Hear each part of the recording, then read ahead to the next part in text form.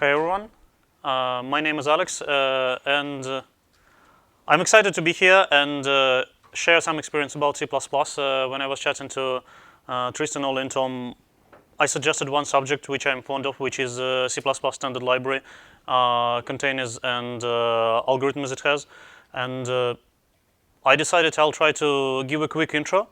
And one goal I have in mind is like when I was working on my C++ skills and trying to improve it, I spent quite some time on competitive programming programming websites where you can solve like small problems, sometimes quite hard ones, and it's just like that's where I was able to practice and to learn and try new things. Starting with small problems, I was able like to build up on it further and further, and basically, at least it was useful for me to be able to pass coding interviews. The goal of my course, which is going to have at least 6 classes planned, is give you some foundation with which you will be able to go to this website and start with solving small problems, and also tell you about the standard libraries and all these algorithms, which are like small building blocks. And I want to explain you the principles how the library is organized, then from there you will be able to take it further and like study the reference, and like you will recognize patterns and will be able to apply the patterns and implement more and more complex things, at least from the point of practice. That's like the big goal I have in mind. Here are the. All right. Whoop. Here are the rough plan of the course, which I want to talk about. First, another thing is basically if you go to these competitive coding websites, you'll just mostly like you run a small snippet of code, and then it's going to be compared versus different inputs, and if your output is correct. And I've seen in the previous classes you were mostly like validating the output by printing it to std output. It works when you start, but then when you go with more and more complex things, it's just like too much stuff to print, and also if you want to check like many small details, too much to read when you print. And therefore I decided if we are going into algorithms, like let's become serious, and I want to quickly introduce you to unit tests. It's going to be simple. I'm not going to focus on like whole development methodologies and so on, but I'm going to start with a simple tool which is going to make like the explanation simpler and also allow you to implement complex algorithms without fear that you've broken anything. And because we're going to use the unit testing through the whole course, I'm going to start with it, and probably like in an hour I'll be able to explain the basics. And then we go with the containers as already familiar vector and string. Using these examples, I will explain more details about the standard library. Then I'm going to talk about generic functions and lambda functions, which I used a lot when we do the algorithms. And also they will be useful for the containers.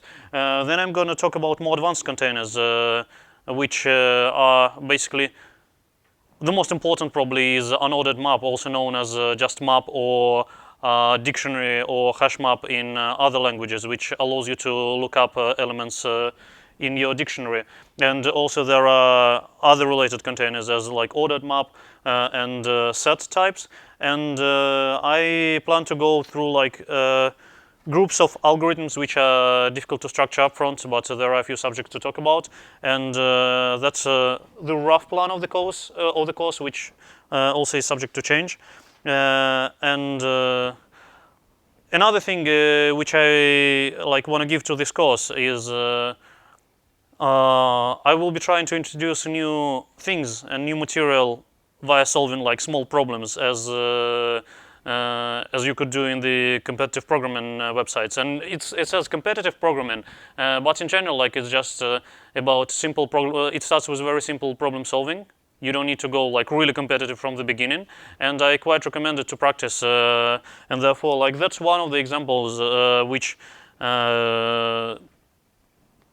one of the example of the problem which you can go and find and solve on websites like LeetCode or HackerRank or TopCoder. And you don't need to solve it. I'll give you a solution straight away. Just probably think about it. So like the problem will be to write a function which takes as a parameter, it takes a vector of integers, and then it needs to return a number. How many positive integers are in this vector? And I'm going to use problems like this in order to demonstrate various algorithms and containers, and we're going to like basically build up on this problem. And we start with very simple, and we're going to go harder and harder. And I hope you're going to be surprised what you can achieve in the end of the course. Also for the Wi-Fi. Sorry? Also for the Wi-Fi. Good question. Do you have it, Tristan? I don't know off the top of my head, but somebody can remind me, and I'll put it on the board. Let me try to find a picture.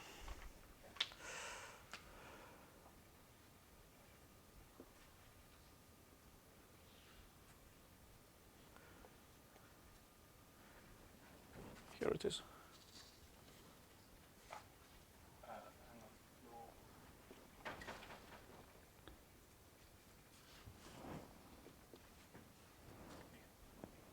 It's lowercase actually.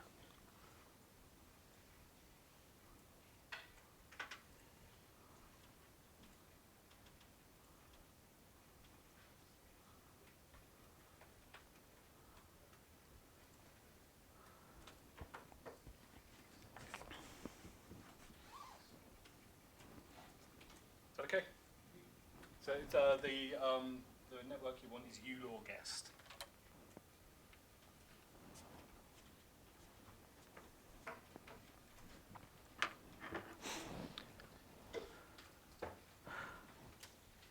Meanwhile, the rest of the group had some time to think about how they're going to implement it. Here is the solution. So I'll just quickly go through it. We declare a function, call it countPositive. It's going to return size t, which is size type. It's unsigned integer big enough to probably contain, like if we get a very, very big vector full of positive numbers, like our result is not going to overflow. And we take a vector by const reference because we are not going to modify it anyhow, and we also don't want to copy it. And then we iterate over our numbers, and for each variable, if we see that it's larger than 0, we increment our result and then return it in the end. Questions so far? Size t, what's the maximum number it can take compared to unsigned? It depends, as usual. So it's basically, it will be system dependent. But the idea behind this type that it's supposed to be efficient and also enough to represent the biggest size like of the vector. And on the modern operating system, it's usually 2 in the order of 64 minus 1. So like it's quite huge number, beyond trillions. So yeah, like we've got the function, and like if you want to test it, originally like we would do it this way. So we would print the results into cout, and I would expect 5 to be printed for the first line and 2 to be printed for the second and for the third line. And now I'm gonna show how we do it like with the unit testing approach. So first, like basically in this course, I'm gonna be talking on the basis of catch. And there are many C++ unit test frameworks. For example, Google Test is one of the most popular. There is also DocTest, and also it's a good time just to. I'd like to know the audience and understand how many people have programming experience in other languages rather than C++. And those who raise their hands, like please hold them if you have written unit test in your language. Any, like Python. Like have you written unit test in Python, in Java, in JavaScript? unit tests. I just have some Pascal experience. Okay. Thank you. I think it's like roughly third of the group, and that's okay. Like it's going to be really simple. You don't need to it's not anything hard. I would just like wanted to understand for how many people this is familiar. We're not going to build like very complex testing environments. We just want to see how do we test our simple function. And in general, the idea behind unit testing is that it allows you to test the pieces of your code, and basically you have some expectation of your function, and then you provide your you provide the inputs. You see that the outputs are correct, or if you expect the function to throw, you can check that it throws, and you can do it with even some simple functionality as assert, which is provided by the language. But what's nice about unit testing framework is that if you've got a problem, they're going to print you where the problem is, and it's just like easier to see the results. And everything is successful. You just see this that everything really was successful.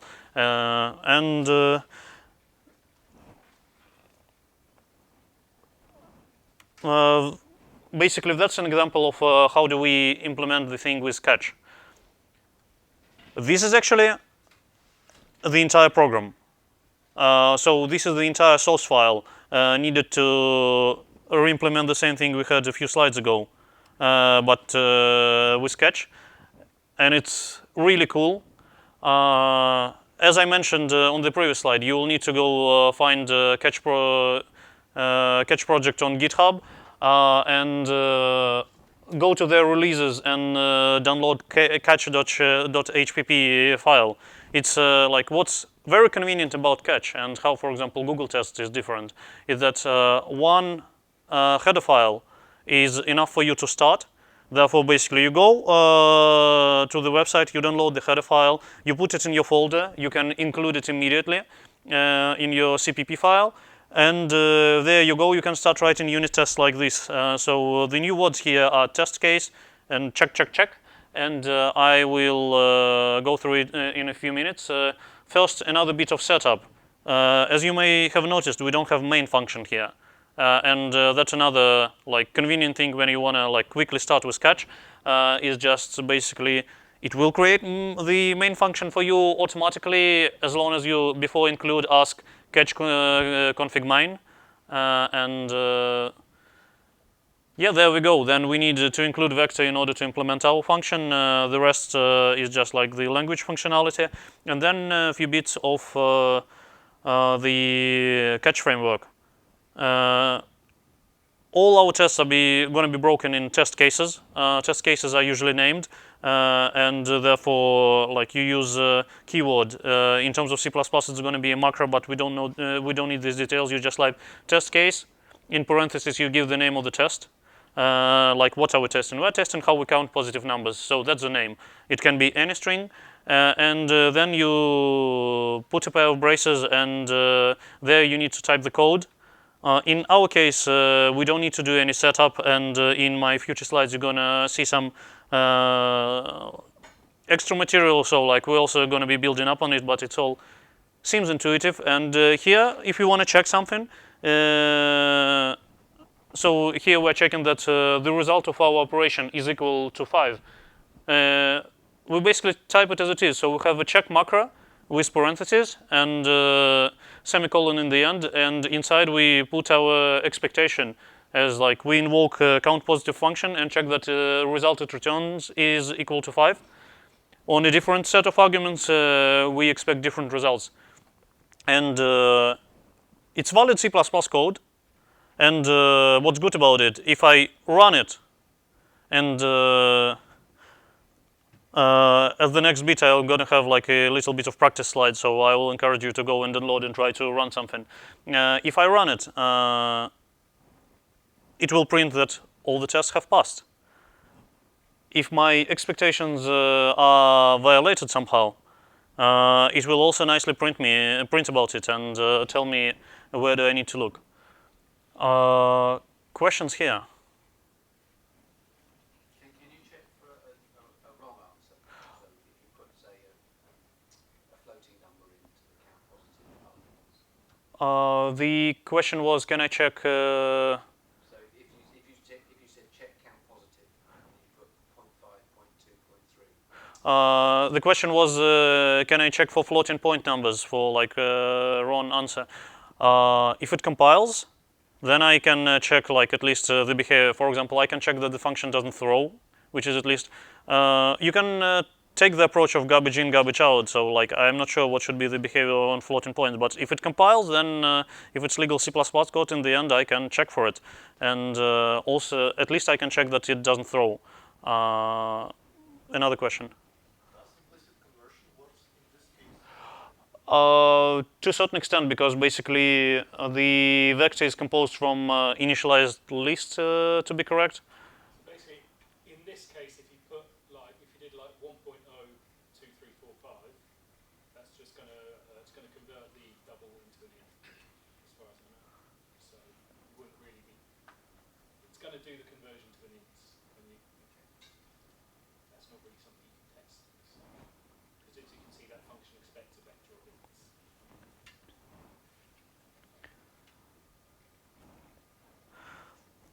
Is the same as assert, the check.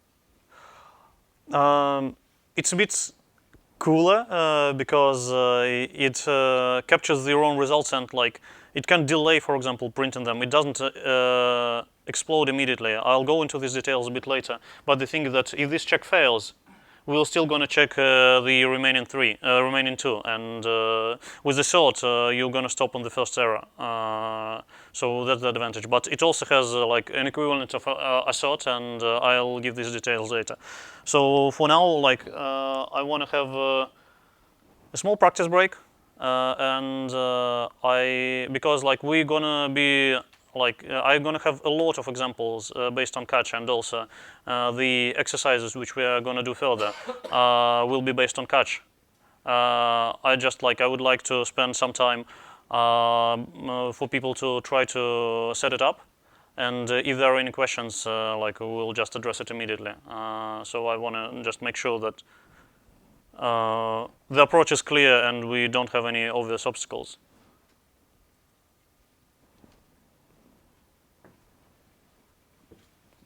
Why is it so lean cache compared to other tests? Why is it that one header file Hmm? why is it so much lightweight compared to other tests? It's a choice of the author, I guess. It was one of the design goals, and for example, with Google Test, they didn't have the design goal of having it in one header file. And this, by the way, the framework is designed by Phil Nash, who is running C++ London meetup. So it's like homegrown one, and we embrace local producers. But it's a great framework, which I also use in my practice.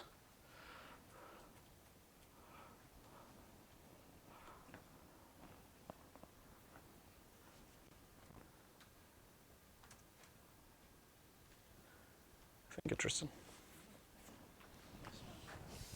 So if you go to that, you'll see the README page, and that has Yes. a link near the top for the latest, download the latest header. Just right-click that and save it wherever you like.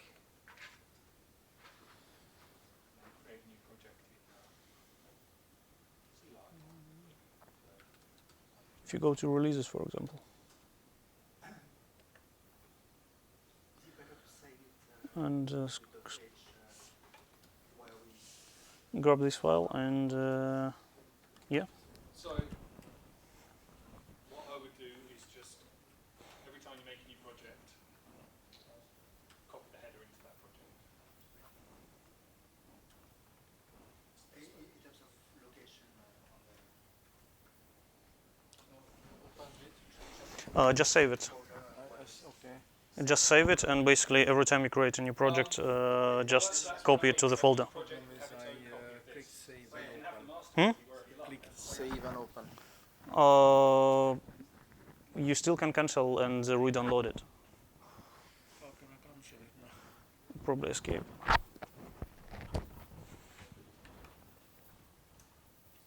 How do we install it? You don't need to install it. You just like get the file and No, you need to download only the HPP file. Scroll, like go to the README, down. The latest version can be downloaded directly using this link. Yeah, that's the file which you need to put to your project folder and include.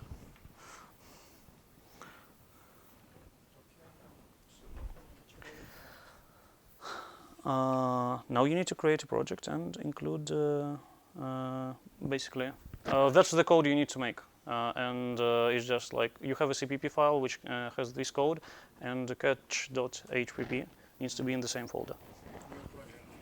Yes. My computer with me, and I was wondering if there's an online compiler that includes Uh, cache automatically, because I'm not comfortable with downloading things to my work computer, just because my colleagues or my boss probably wouldn't. I don't think so. Okay. Like at least not that I'm aware of. I'll just do like the problems like normal, and for next time I'll make sure to. Okay. There are not going to be like much hard stuff for today, therefore like don't worry on missing it out, and basically try to figure out some setup for you to run it next time. Okay, sure. Next time I hope to have some real exercises where like I would expect people to write tests. Okay. Today I'm writing all the tests for you.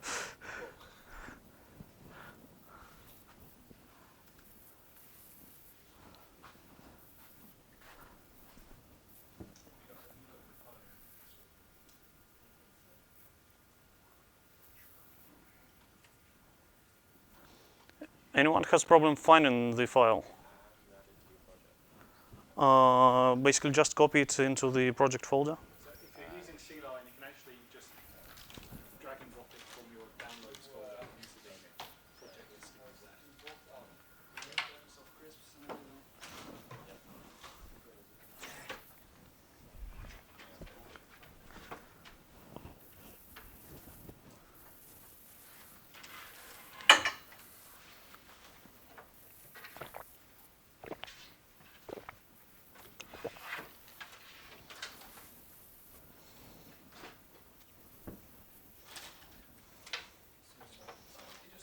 Expand that.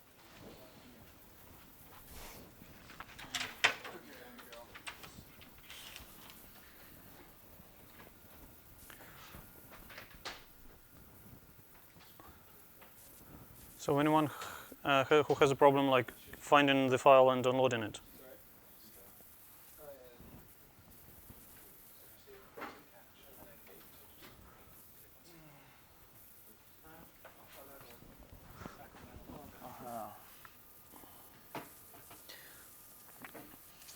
You need to put the file in your project folder now.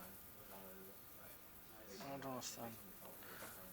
So you have this file, main.cpp, and if you click on it with the right click, you can see like I thought you should be able, yeah, show in Explorer. In this folder, you also need to have your catch HPP, so it's successfully included. It needs to be local by the same path. Wait, I have some Where did you save it? downloads. You can, in the other window, probably go to downloads.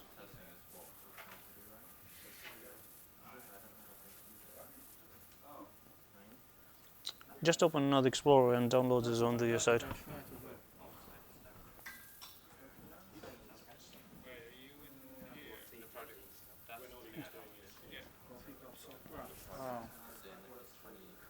Downloads no documents.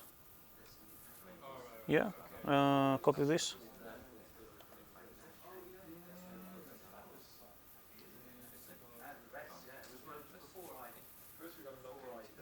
Paste here.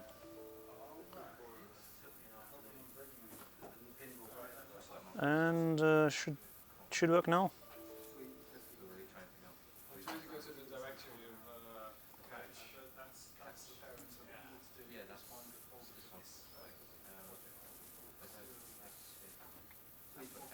Oh, cool. What's the problem? No, like you're on the way. I just need to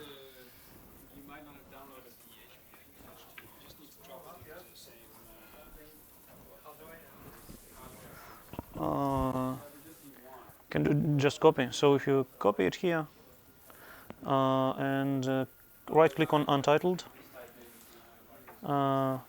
should be paste something, no? Yeah. Looks good to me.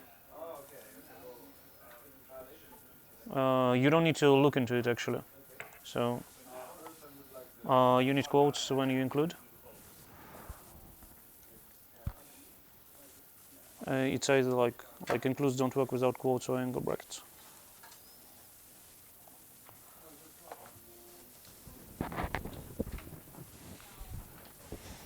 Main does the problem. Why?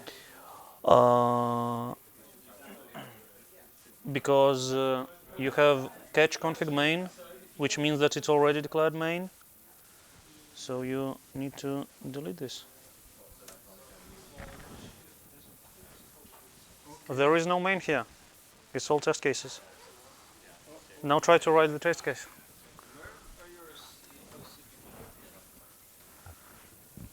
Try to find the hashtag on British keyboard. I expect it to be here, but also no. But also, why don't you switch to the US? Is it your laptop? I deleted the US because I used to have 2 keyboards. I decided I only need one. No luck. No, I thought hashtag is available on British keyboard too. It is, but I don't know. It looks like something is missing from your setup. No. Okay, I'm gonna install the US. Here we go. Well, how did you do it? Without shift. Did the test work? Did you try to make a failing test? Yes. So enjoyed the output. Enjoyed the output. What, the red line? Yeah, test failed, and it says like 5 is not equal to 4. That's great. Anybody else was able to like compile and write the very first test? So far 3 hands. Like we'll keep it going for another 5 minutes. Anybody stuck and need help? Like weird compile errors? I have kept HPP there, is that Cool. the right place? And I've tried to get it going, but it's been stuck like this for ages. Oh, really? Maybe the compilation. Oh. Boom. What does it say? Too many sections. File is too big. Interesting. Can you show your CMake list? Is it?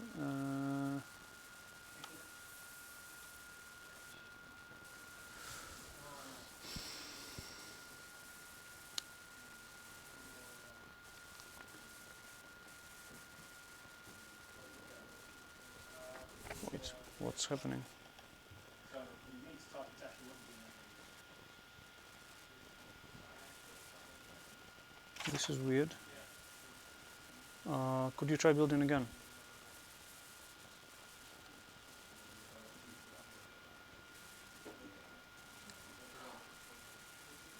It says it wasn't able to write something. I wonder if like the hard drive is out of space or something. Can you show me how much space have you got on your machine? Is there a sensible way of doing that, like through my computer or something? Yeah. With mine, when I tried importing the catch HPP file, it said that there was a limit of 50,000 bytes per file size. No, but now we have a problem with compilation. Yeah, sorry, I increased it to 64,000. No, it should be just this PC rather than control panel.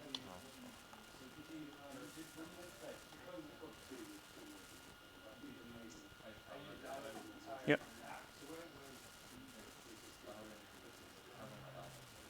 No, should be all good.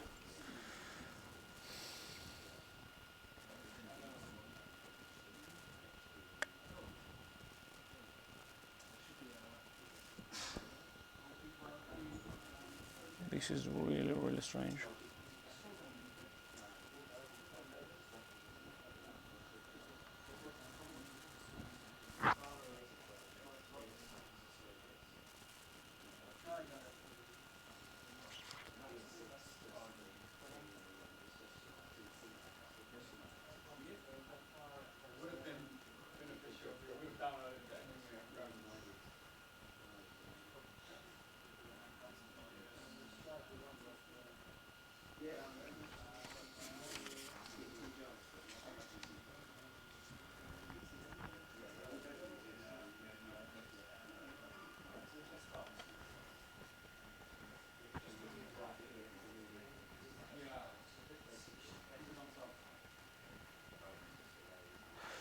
I've never seen it, and I'd recommend to Google there like CLion file is too big, or CLion compilation file is too big. But this is a surprise to me.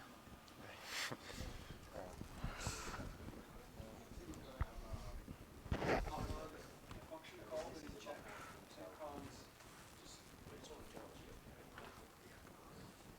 you could do that, but it doesn't do anything. How's it going here? But, Oh. to be honest, We thought it was good. Wait, we have main. Yes. Yeah. So we have to put this on top main, or we just No, like, do you see main there? It's the entire file you need to do.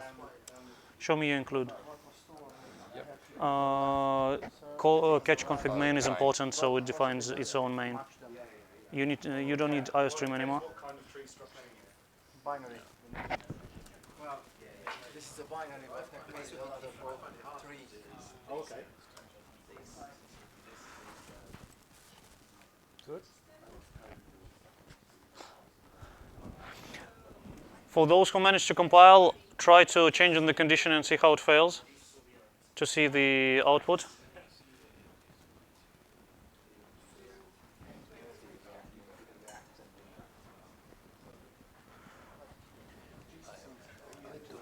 I don't know how much how to use Git. So You don't need to use Git, you just need to basically, if you go to the main page, like click on the catch and scroll down to the README. First line of README will be exactly. okay, what I'm doing is this. Do you have the project set up in CLion? Yeah. Basically, just copy the file in this folder, and it's all going to work. In external. No, it's in unit tests. Yeah, and please be careful. Like if you go to your code, there is no main. As you can see, there is no IOStream, and the rest seems correct. So the main is like it will be definitely a compilation mistake. You have high left. Yeah.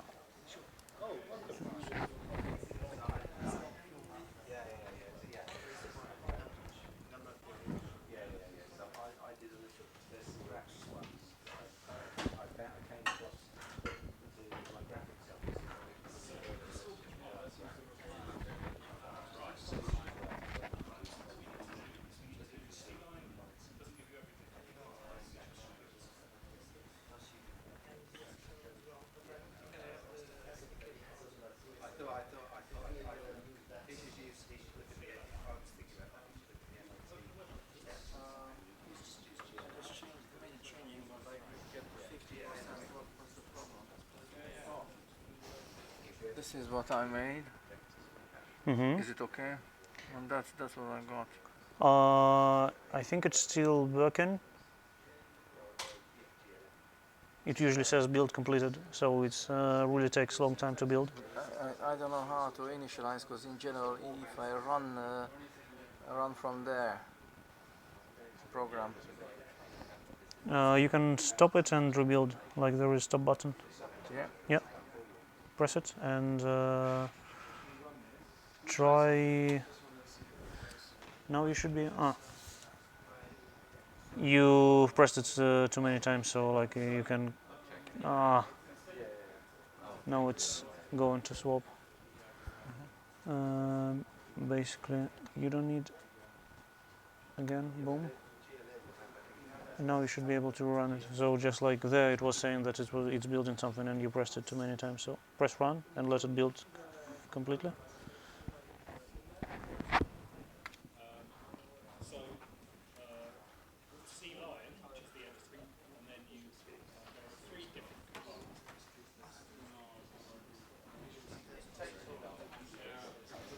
Any luck with it? I just shut it from the start again. I don't know whether these are even relevant.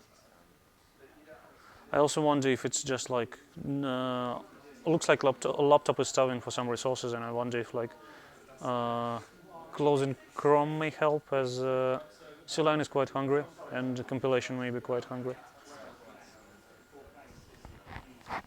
So like the error is hard to read, but on the other hand, it may be Googleable.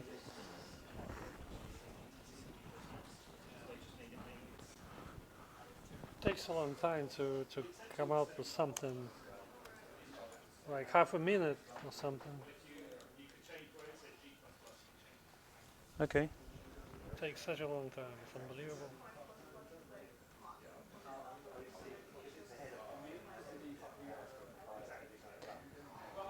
I wonder if using Visual Studio compiler is going to be more efficient.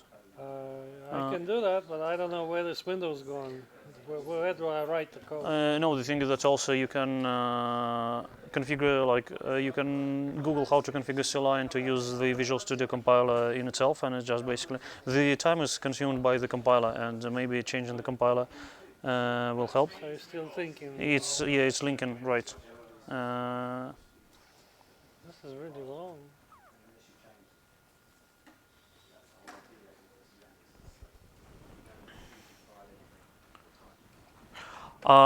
Who was able to finish the task? All right. May I wonder where did people stuck?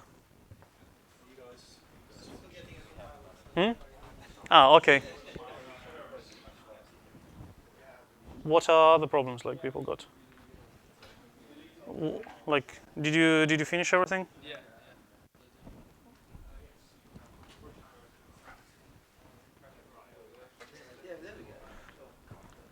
How's it going here? Oh yeah, like another student has very similar, and I'm not sure what it is, but like first time I'm seeing it. And I would recommend to try googling some of the keywords here, because it's just like it looks very cryptic.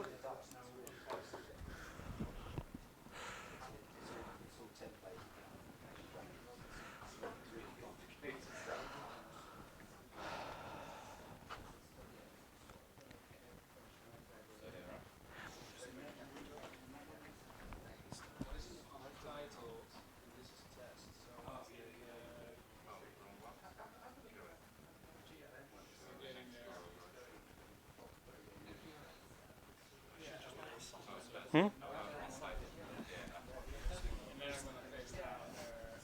finally, I got this Okay. code.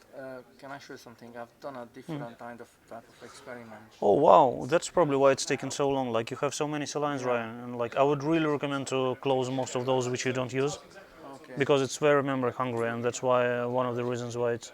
Would you mind to check? Is it fine? Sorry, not now. Like we don't have like I won't be able to figure it out quickly, and we basically it's time to proceed. Do you know No, it's like it's better to leave for Thursday. Thursday workshop. All right, it looks like most of the people were able to do it, and we've got a few weird, like really weird errors with not being able to write a file which is too big. If somebody figures out it, please let me know, as basically it will be beneficial for other students. Yeah, if you're using Windows and MinGW, it takes a long time to link. Is it linking? It's like 30 seconds to link, yeah. Okay. Kind of a lot of template extensions merging or something.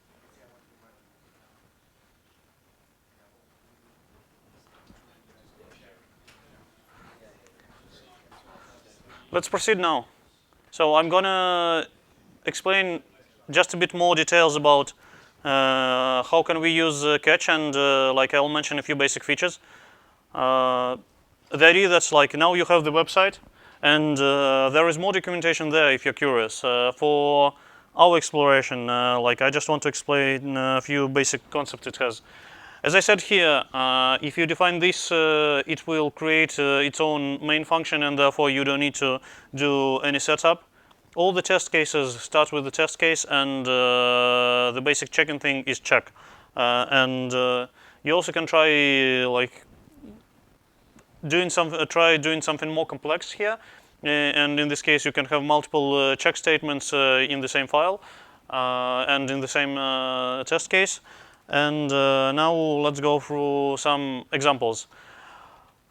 I don't do any computation here or anything, and the only thing I'm trying to understand is basically I'm showing that I can check for different things. And first, I created a vector, and I'm checking some vector properties as I'd expect its size to be 6, and also I can access the elements and see if the values are there. And one important bit about this test case is that if you look here, for example, if this vector was from somewhere else, like I've got it from the function, and I really want to see the content of the elements, but first I'm checking the size. As somebody already mentioned about assert, like if we were using assert, we would stop here if the size is incorrect and therefore never go out of bounds. And this is an example of another, another macro used by catch called require, which is actually the equivalent of the assert. So I create I remove the last element from the vector. The check conditions remain the same, but I turn check into require. And in this case, require would stop on the first failure. So basically, if the condition is false, then the rest of the test case is not going to proceed. And this is an important distinction between check and require. Usually, when you are checking for example, for the size of the vector, and therefore you are risking to have out of bound access, which is going to cause undefined behavior. Some of the conditions should be required. There is the other side, as you can put require everywhere, and therefore you're never going to fail, but on the other hand, on the first failure, you're not going to proceed with your other conditions. Tristan has a question. I think the very last word on the slide should be continues. Yes, that's correct. A good catch. Continues if you use check. Check and require do the same thing, but require fails, it stops there and then doesn't go run any more checks. Thank you. And that's I adjusted the requirement, and therefore after this after this requirement, the rest of the test statements are going to be executed, and I'm going to get a message in this case that 3 assertions in one test case have passed. The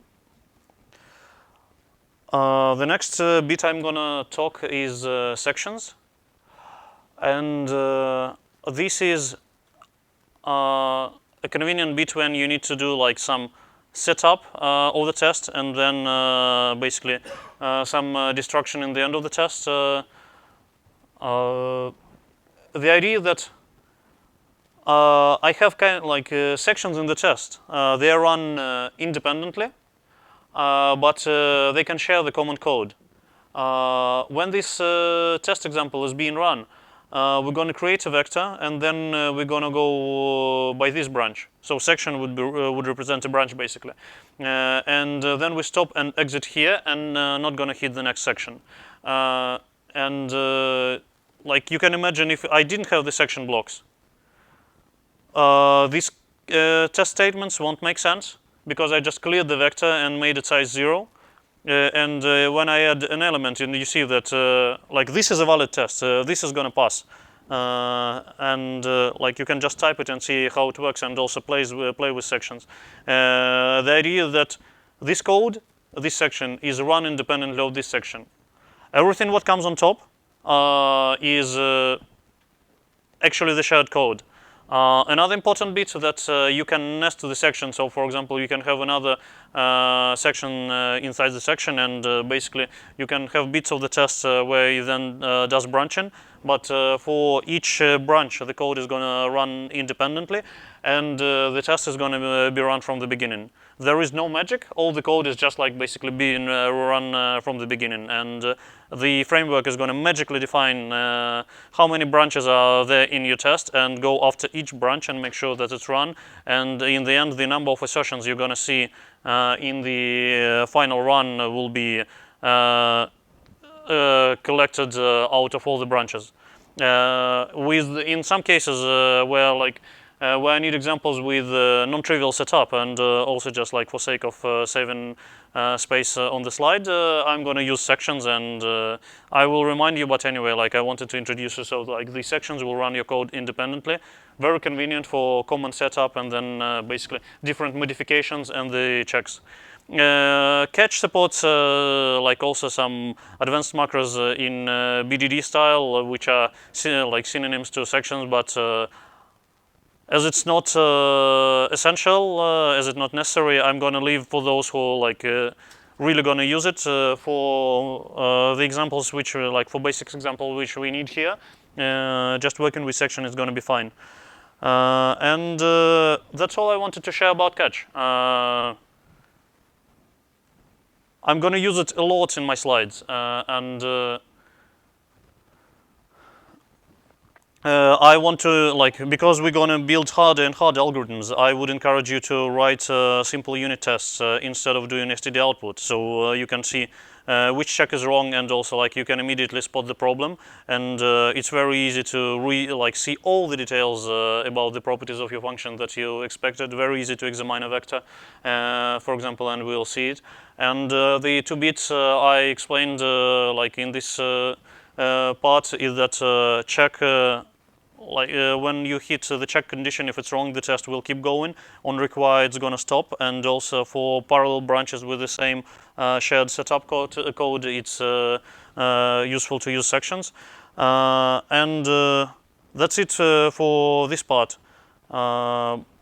So I have the conclusion slides, but please don't leave the room, as now we're gonna go into serious stuff and start talking about standard library as soon as Tristan helps me with swapping the presentations.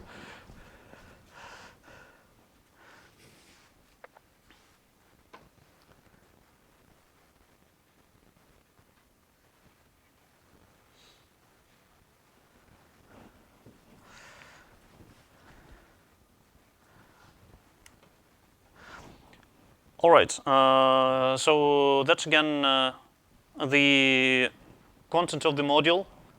Now we're here, just done a brief introduction to unit tests, and today I'm going to start talking about std vector.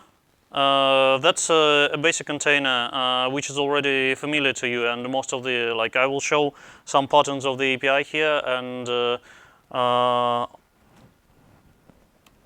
I have actually a slide for it, like what we're going to talk about today. We're probably going to stop somewhere here, and then just continue from there. But anyway, I want to show some basic properties of what's familiar, and show some features of the vector, and go into more details. It's still like, I'm not going to reach like the lowest level details and so on. My goal is to make you comfortable with using vector for example, like small problem solving, and then building bigger code. So like fortunately or unfortunately, I'm not going to go into like performance specifics and memory allocation. I'm not going to mention, I'll try to avoid mentioning allocation at all. I want you to be able to write the code, and like as soon as we get there, like we can talk about details. So mostly like I will explain what we can do with vector, and also talk about efficiency. Then one of the things which we really need to like talk about is iterators. It's an important concept which is a fundamental one for the standard library, and it might be a bit verbose, but it's just like it's going to be used in all the other containers, in algorithms, and even some operations with vector. It's difficult to do without iterators, and like we'll start with simple examples here. And you see insert and arrays required, and that's our plan about vector. So let's start. As you know, vector is a generic type which allow you to store sequences that can change in size. One important property of the vector, that's like when it stores it in memory, it's going to be a contiguous piece of memory, and there are a few properties of vector which it does well. In general, like it's the most important and the most useful container in the standard library, and as long as you are careful, you can go very far with vector without any other like fancy stuff. I outlined here the things which it's really suitable for and may not be suitable for, and when you're building the vector, like it does really efficiently add elements to the end or remove it from there, and also, like as you already know, you can by the number of elements you can access them really efficiently, and because it's contiguous chunk of memory, it's just due to modern CPU architecture and modern memory architecture. It's very efficient to go through, like one of the most efficient ways to go through like a bunch of elements if you have like hundreds of thousands of them, and like there is no better way if you really need to go through all of them. And if you need to find an element, for example, those who are familiar with our languages, like you really need to go through all of them. There is no quick way to tell if the element belongs to the vector or not, and also reshuffling the vector somehow, it's going to be inefficient, and that's why we have more like advanced containers in our course.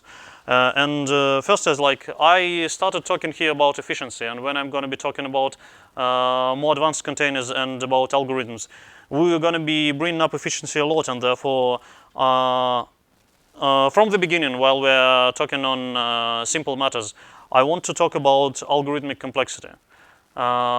Who is familiar with big O notation here? It's hard to see who is not familiar. Like, don't don't be shy. Yeah. Yeah. Who is not familiar with it? Who is not familiar with big O notation? Yeah, we still got like third of the room. It was actually quite many hands, but I'll go through it. You already have some examples here. So basically, when we are talking about complexity, there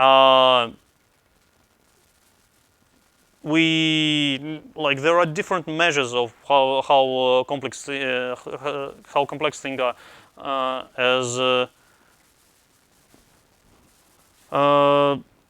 And usually it means how many operations do we do, like some basic operations when we are implementing a complex algorithm, and also like that's the first notion of complexity I can see. But also there are some really fast algorithms which consume enormous amount of memory, and therefore usually it's considered in terms of like both running time complexity and memory space complexity. But also another thing which is important to mention. It's hard to benchmark, like, for example, one CPU versus another CPU, or just in general, like one computer versus another computer.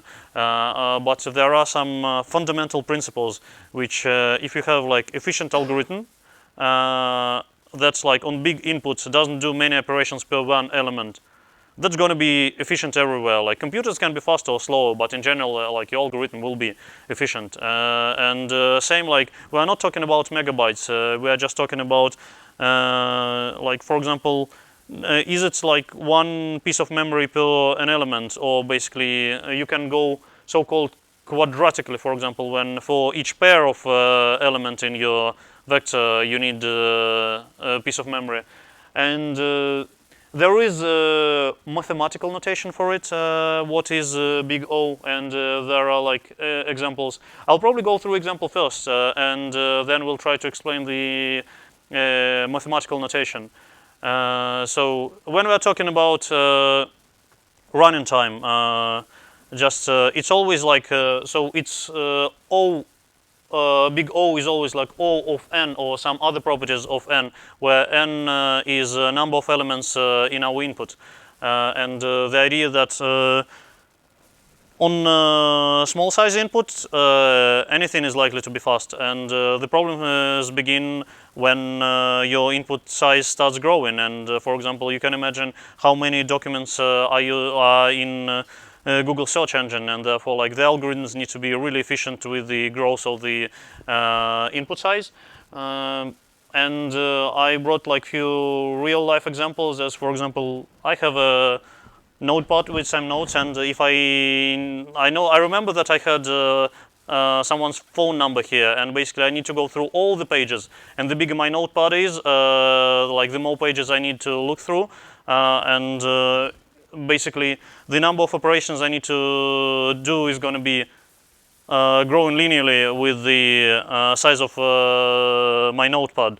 On the other hand, when we have, for example, a dictionary or a proper like phone book organized alphabetically, the strategy I can choose is like when I need to look up the word in the dictionary, I split it in half and see like if I'm looking for letter D, I split it in half, I see that I'm somewhere at O, and therefore the D is going to be to the left from O, and then the remaining side I split in half, and so on and so on.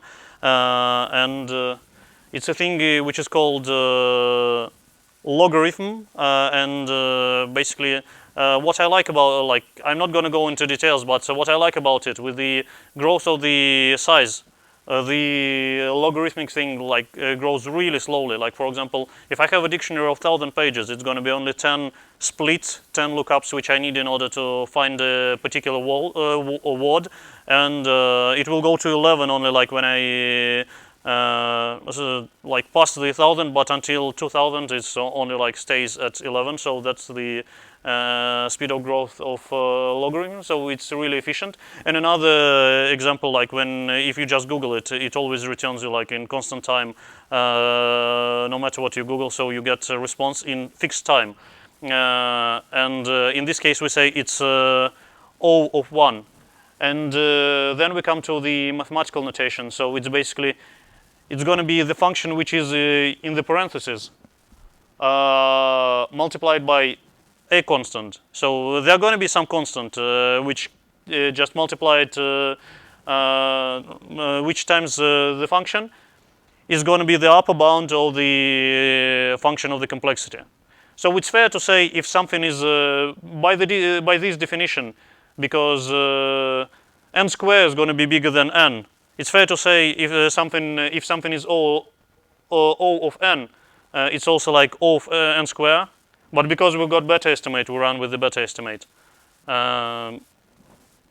That's like a brief introduction, and therefore, like I can just go here and say, like when I say does well, adding and removing elements is almost always constant. Accession element is constant, and iterating over the sequence of n elements is going to be linear, so like it's going to be O of n in this case. And also I said it's beneficial because it's like single chunk of memory. And looking up an element by value, unfortunately we'll need to go through all the elements. Oli has a question.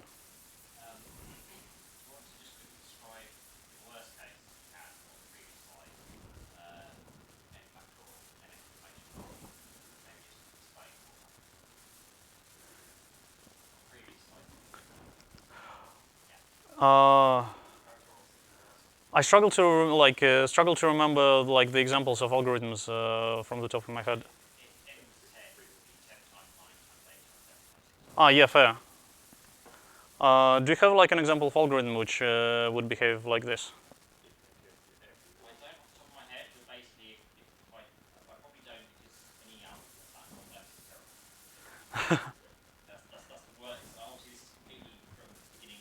Yeah.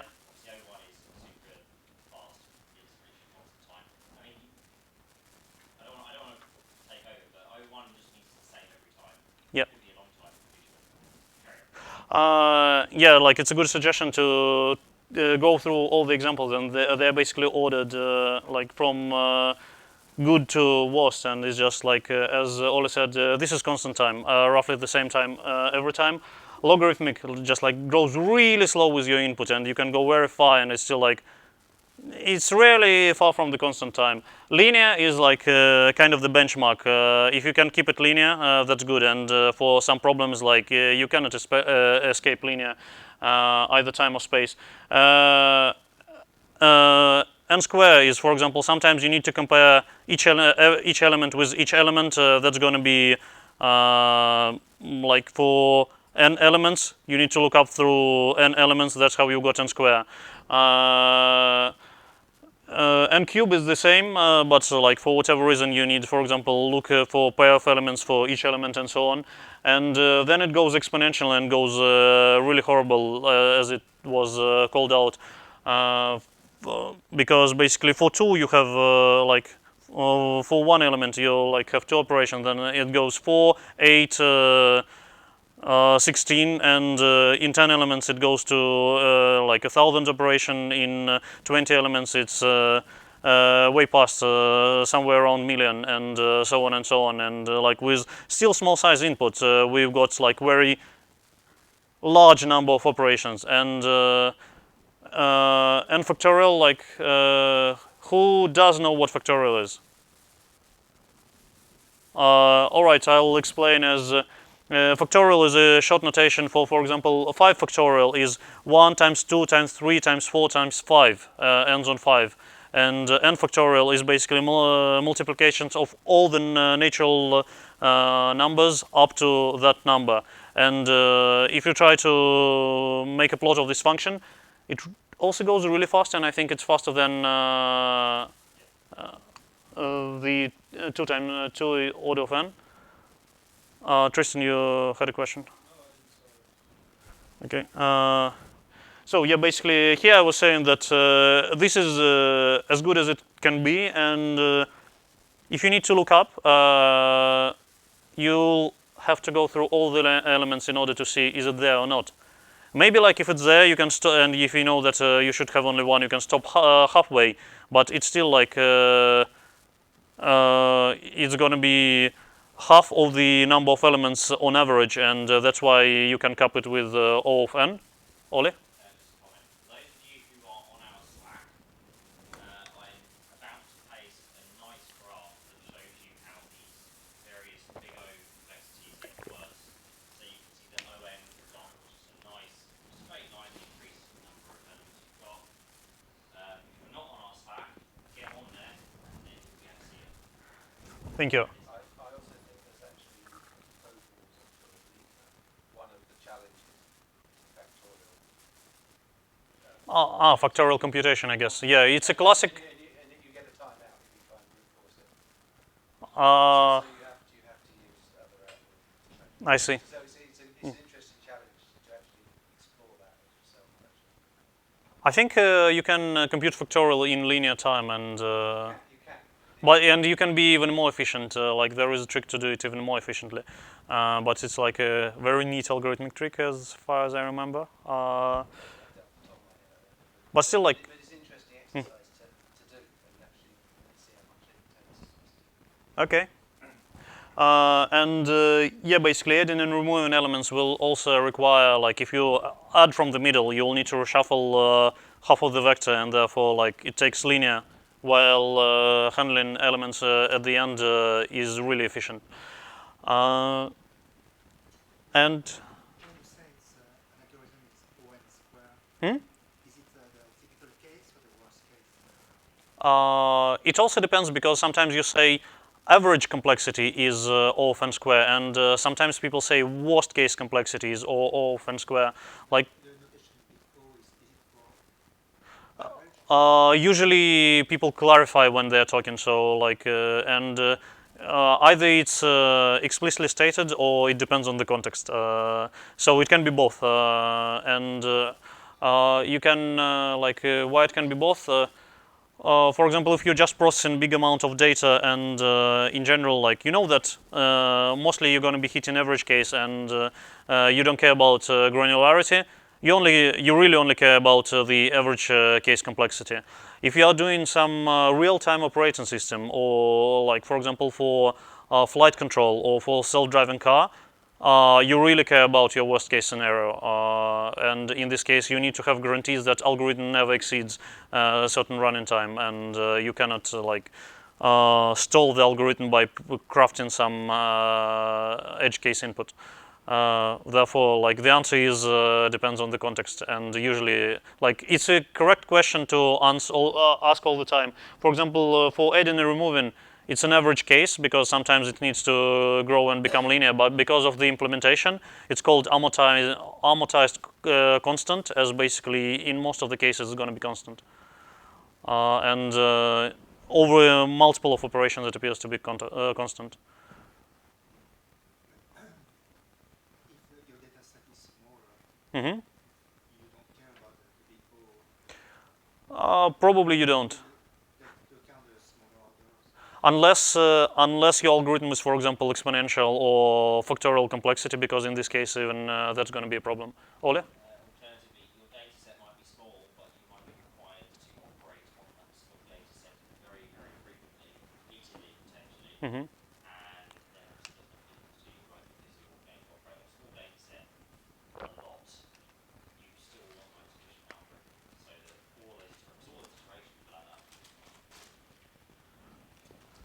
And the constant, you don't have the orders.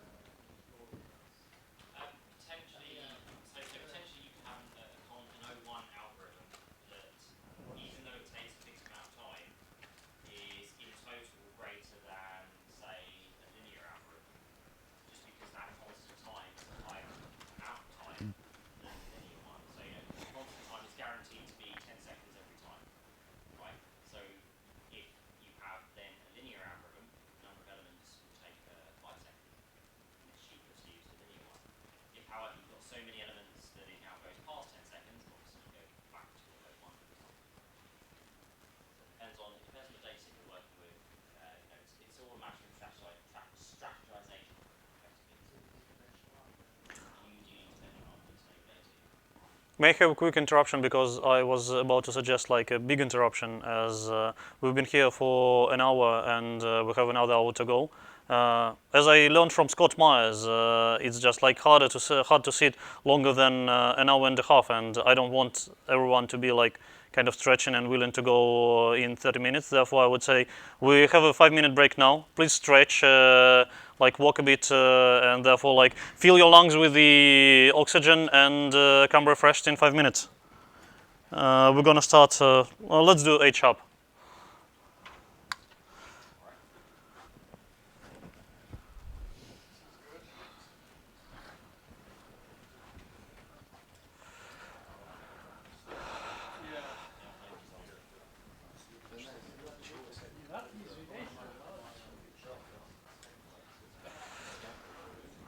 Fun?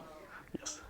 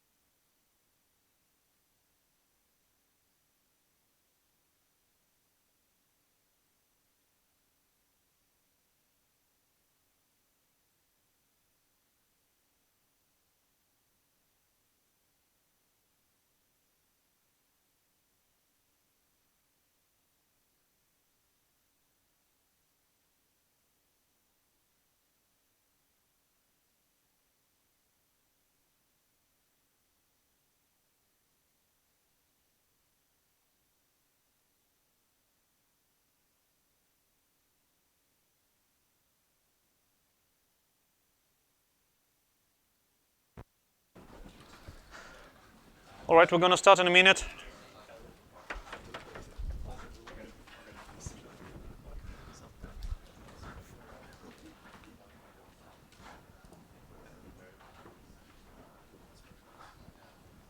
you prefer CBIOM over Visual Studio? Yeah, so you probably Visual Studio as well. Have you done many projects already, or have you? Okay.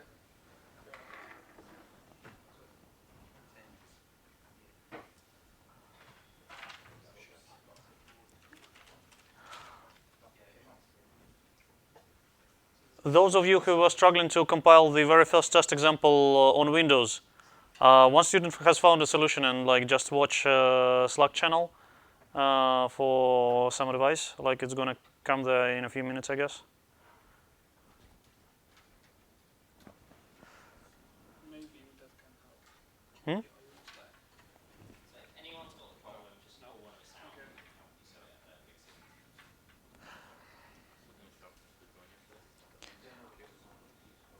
All right then. That was like a brief introduction into algorithm complexity and big O notation, and then back to our vector and simple things. So just like I have like very simple snippet for starting with simple things like we can create an empty vector and I'm gonna start doing checks that like I created an empty vector and it's empty, and also this case is an example of the methods which we got for vector. But first, it's worth mentioning that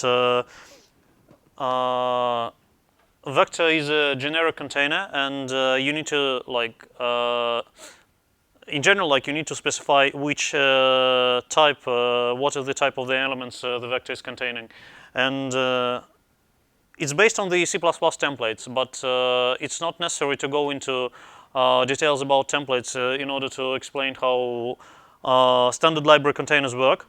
And the idea that when you need to specify the type of the elements in the vector, you basically put it in the angle brackets after the vector declaration. As I needed something to talk about, not to go in abstract things, I decided that we're going to talk about fruit today, and I've created an empty fruit basket so far. And here is an example of two things which we can already do with an empty vector, also known as a fruit basket. First, we can check if it's empty or not, and empty returns a boolean which is true or false. In this case, if check is succeeding, then this means that it's true. It's a valid code which, like, if you write it, it's going to compile, and you can just try it for yourself. And also, the vector has like a vector type has a method .size which returns you the number of elements in the vector. In this case, it's 0 yet, which is meeting our expectation. And now we're going to talk about like how do we put something in our fruit basket. So these are like the very basic operations which I promised first, like vector does really well, and also just allow you to already put something there. When you need to like add an element to the tail of the vector, like very last element, the method is called pushback. Those of you who like were attending the Tristan's classes should be already familiar with this. And here, like I declare the fruit basket. Here it is an empty vector. Like you remember, this condition will be valid here, and I just like omitted them because they still stand. So I add two elements. The order is important, so because I ordered this first is going to be the first element, the next one is the second element. So now, like in addition to check, that's another macro which catch has as like instead of check, now I can check that something is false. Same goes with require. It's not empty anymore, and when I query for the size, obviously 2 is the answer, and the test will pass.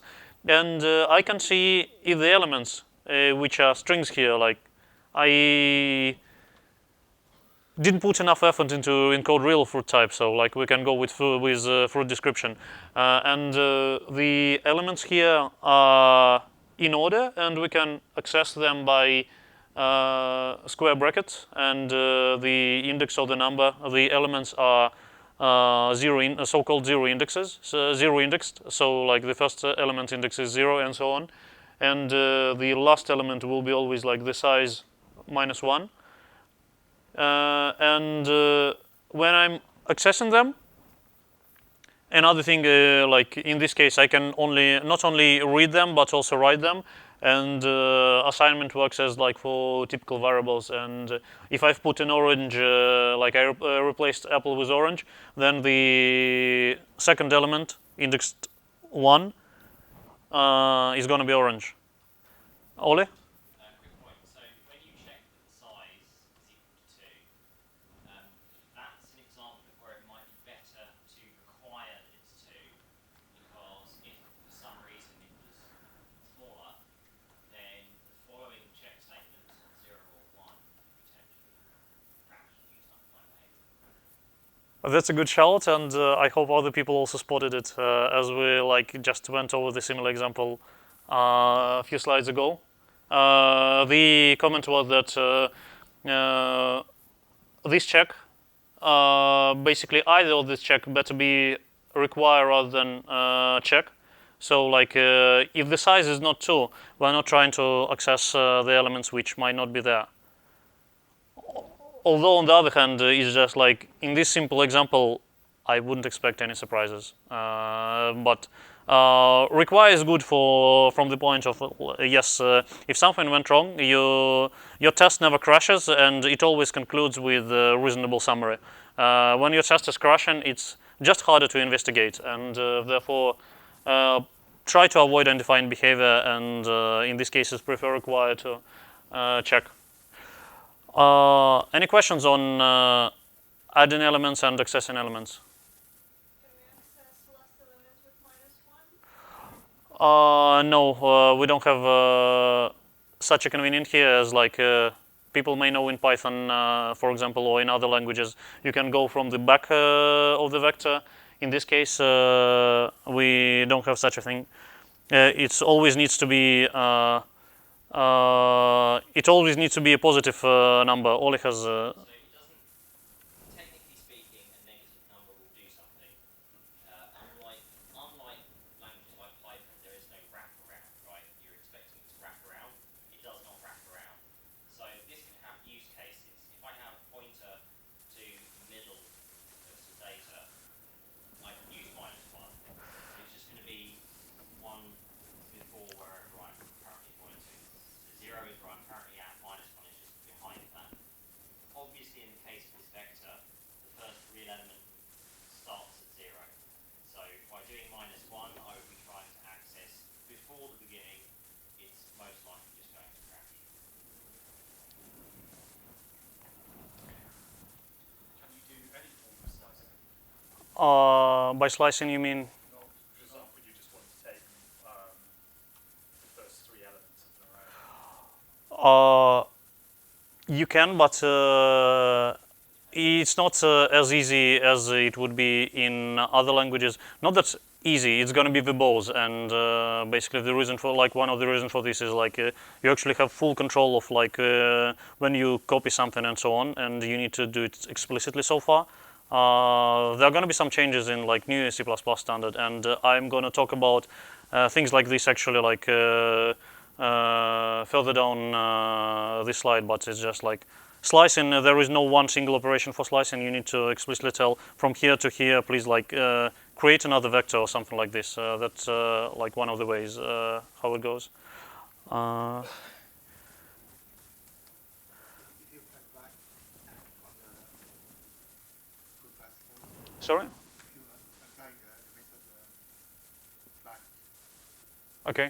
point to the last Oh yeah, that's another thing which I actually don't have in my slides, but it's a good shout. That another way to access this, you always have fruitbasket.front, which is going to return you a reference to the first element. In this case, it's going to be a banana, and you have fruit basket dot back, which is always returning a reference to the last element of the vector. And that's another way to access elements, as like, for example, you want to check what's on the back and you don't want to calculate, do the math with the size of the vector. You can just say dot back and see what's the last element. Back with also parentheses, because it's a method, it's not just a member variable. That's a good shout. Now I want to talk about various ways to construct a vector. And the first one here, so it goes into 4 sections which I'd like to talk about. Starting with the first section. It's initialize a list construction, and if you put elements in braces which you want to put in the vector, basically you can just list them, and then that's a concise way to get a vector of number of 3 elements. And I'm going to be provoking you with check instead of require. Keep it always in mind, and if you are following my tests, just do require.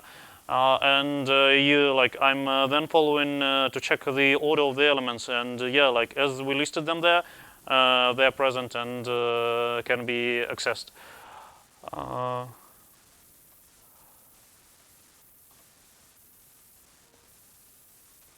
Any questions here?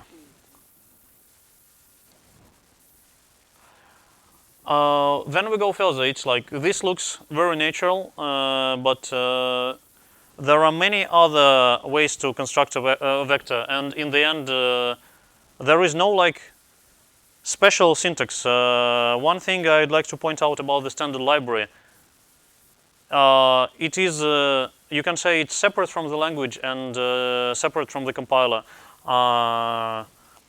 It has its own advantages and disadvantages, and it's just we have to accept it as it is. One of the radical properties, for example, of the standard library and C++ in itself, as in most of the languages, a string is the type which is built into the language.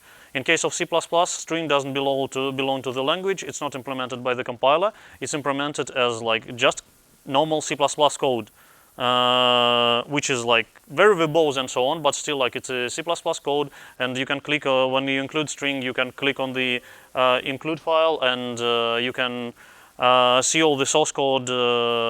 It's hard to read, but still it's C++. And same here, basically vector is when you click on vector, you are gonna see C++ code full of templates, but it's still C++ code, and therefore it has constructors, and therefore there are overloaded constructors, as you can remember, dependent on the type of the argument you have provided. Different code path going to be hit, and this is one of the examples of it. You can provide just an integer to the vector constructor, and in this case, it means, I would say intuitively, give me a vector of 4 elements. And the elements are going to be default initialized.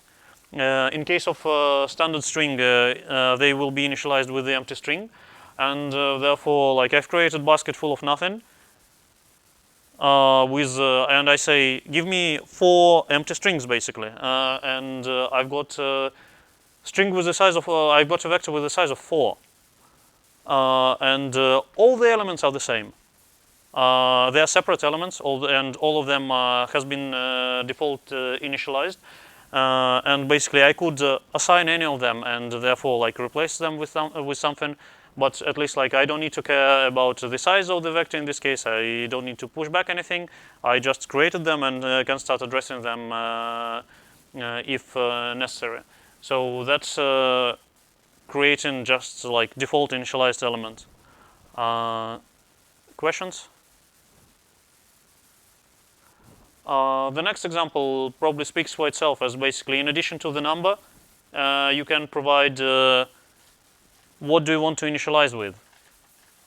And in this case, I've got a basket of 5 bananas, and it's the same. So it takes this value and just copies it in each element. And I requested 5, I've got 5, and all of them are bananas. And the last example, which is important to mention, the way I construct the twin basket is basically it's invoking the copy constructor of the fruit basket. So like they will be equal, but now this is not a reference. This is a separate vector, which was created with the copy constructor. And in this case, like if I modify the fruit basket, the twin basket will remain unaffected, and now they like live their separate lives. These are the construction examples, and just any questions here, please?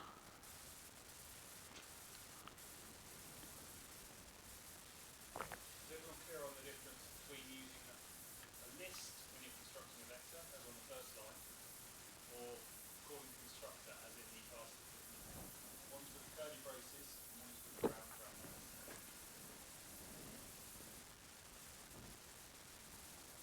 Anyone unclear?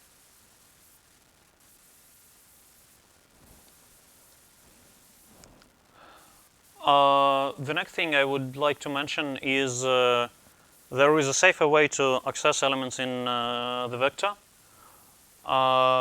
which is instead of doing the square brackets with the element index, we can do dot at and provide the index in the parentheses. So the difference is in case if the element is not there, not there by I mean that the size of the vector is different, so you're trying to access out of bounds. For example, if you also provide a negative number there, can you provide a negative number? Sure. But it's a size D, so it's Okay, so it's gonna wrap over.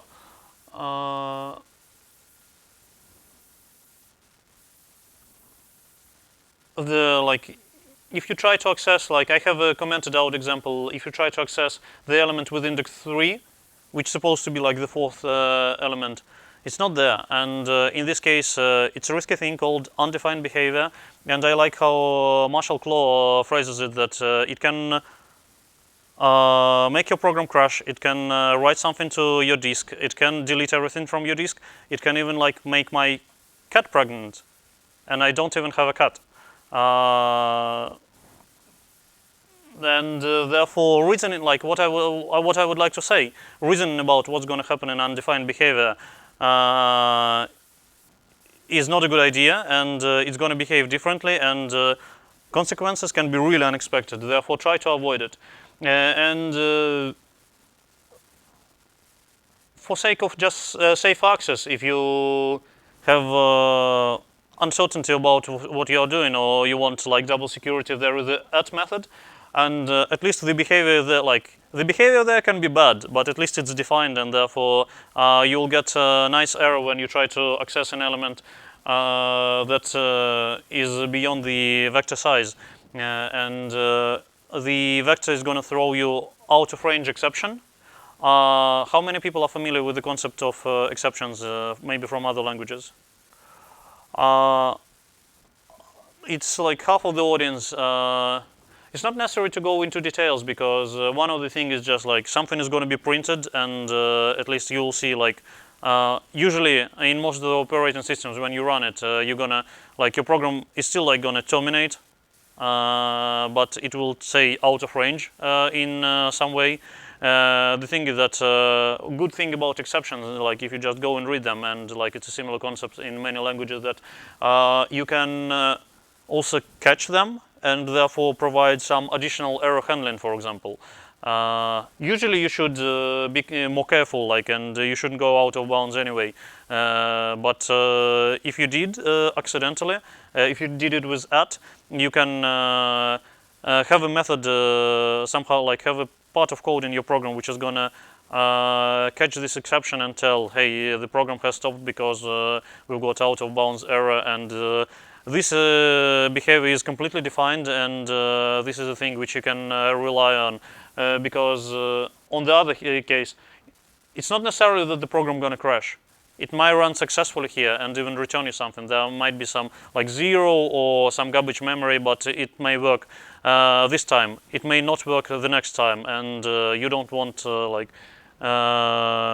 things behave differently and also make someone's cat pregnant just by pure accident. That's the thing about success in the vector, and this .add pattern also applies to some other containers in standard library. In general, like the thing that we start discussing many things on the example of vector, which is already familiar, but this knowledge also gonna, to a certain extent, propagate to some other containers. Ole? I might maybe you already said it, but why would I not just use .add then instead? I didn't, and it's also a good example. Like the question was, why don't we use .add always? The answer is performance, because every time you do .add, there's going to be a line of code which is checking if the index you requested is in bounds of the vector. Always time you're going to have if there is no magic, it's going to literally be the line which is doing this check.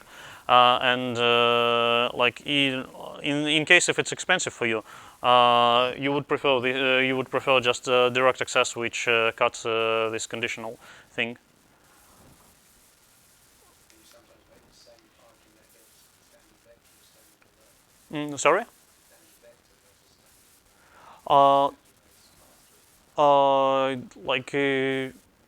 There are. Well, the question was how do standard vector and standard array compare? They have slightly different purposes. In general, like if you are not very deep into performance, go with vector it's easier.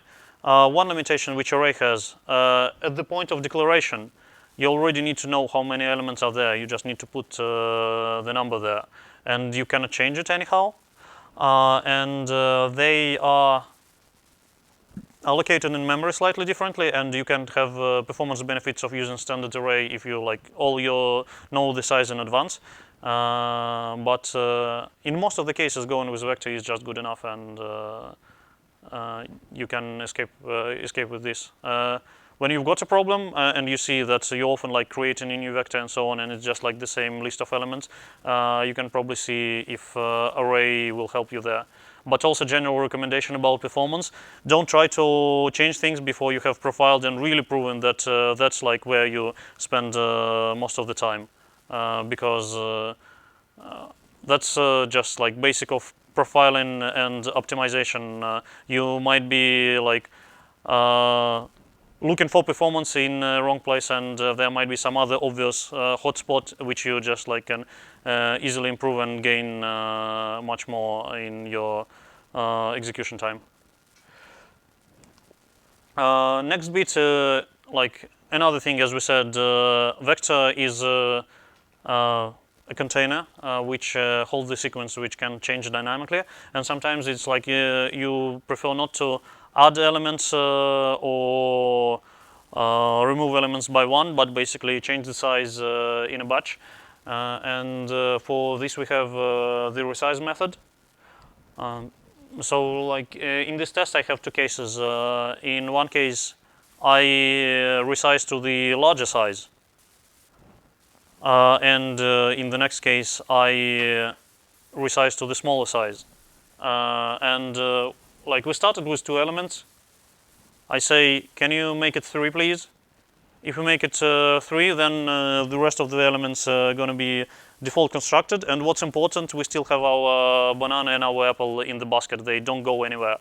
But if we want to shrink our basket, in this case, by the requested size, the element's going to be trimmed, and we only get the banana left here.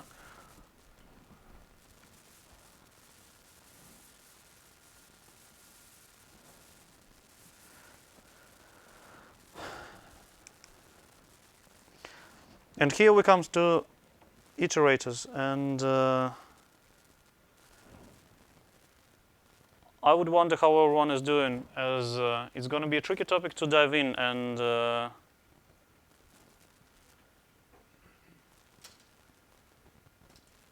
looks like we should proceed.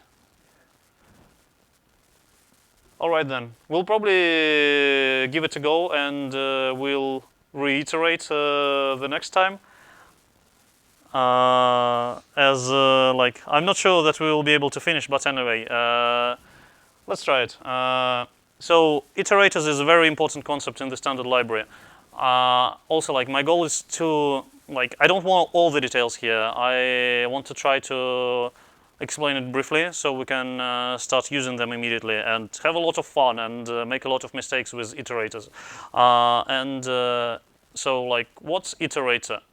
Like by the name, it's supposed to allow us to iterate, and it is an object which, in the simplest case, provides two operations. The object itself points somewhere in our sequence, and you can currently, when we're talking about iterators, you can keep the vector in mind. I will show you how iterators work with vectors. But why it's important to talk about them is that iterators is going to be all over all the other containers and all over the algorithms, and they're all over the standard library. I would say they're a bit verbose, and I'd say I don't enjoy them. But the joyful thing we only get in C++ 20. And Tristan had a great talk in the last CPPCon talking about ranges, which is kind of better version of iterators. But we're not in this bright future yet, so I'm going to teach you how things work, and maybe in a year or two we'll have an extension to this module which builds up on Tristan's material. So as I said, it's a small object which is going to point to some element in the sequence, and with ++, by the way, do people know what does ++ operation do to a thing? Like, for example, you do ++ on integer. How many people know what's going to happen to an integer? Yeah, like this, for example. Imagine you declare a variable n and then assign it a value, do ++. Yeah, it's going to increment it. It's going to add 1 to this variable. And there is slight difference between these two, which is kind of not important. You can do ++ iterator or iterator ++. For our purposes, it's okay. Like when the details become important, I'll talk about it. And then you need to you can move it down your sequence. Like if you start in the beginning, you can move it down, and then just moving is not enough. You want to do something while you go, and for this, you have the reference, which returns you a reference, giving you the access to it. Another important thing for iterators is usually they are comparable. So if you have two iterators, they are somehow going via your sequence. You can see are they pointing to the same place or are they pointing to different places? These are the basic operations needed for iterators. But then things go a little bit more advanced. Not all the iterators, for example, what we were talking about is forward iterator. It's forward because it only can go forward, and you always need the access to the element, otherwise they are pointless. And if you also can go backward, the iterator, such an iterator, become bidirectional.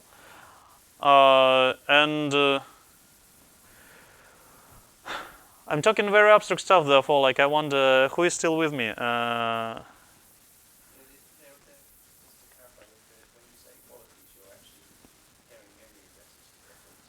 I'm comparing objects, in the abstract stuff, because we are talking abstract iterators, not necessarily we can comparing pointers. We are just comparing objects, and we don't know about the representation. In the case of vector, they are really going to be pointers. But the thing, the iterator is more generic concept, and not necessarily. The ordering is not guaranteed to be memory ordering. There might be other properties. How do you order the iterators, and in which order do you advance?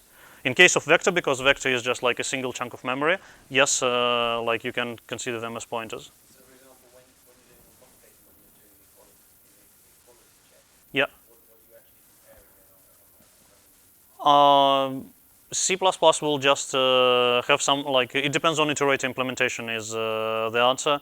For the vector, yes, you'll probably compare the addresses. What I was asking, if you ask, are these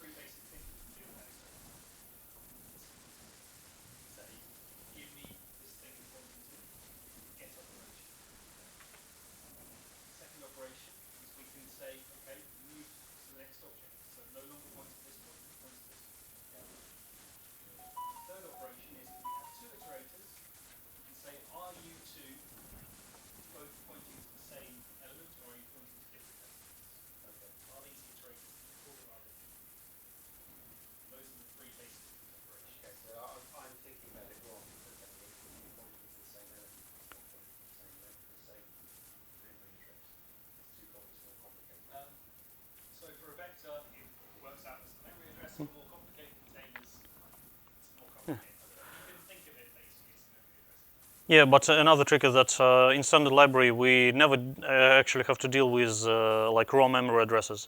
It's always like hidden by iterators, and it's a good style.